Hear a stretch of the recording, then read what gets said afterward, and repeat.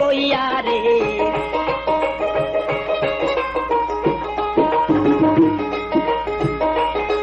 বস্তিখানা কিনারায় লোকজন দেখেন যখন তুলেই নিল, অপরূপ রূপের গো ছবি দেখিতেই পারিল রে ইসুফকে দেখিয়া গো তারা মনে বয়ে গেলই যে পাইয়া রে।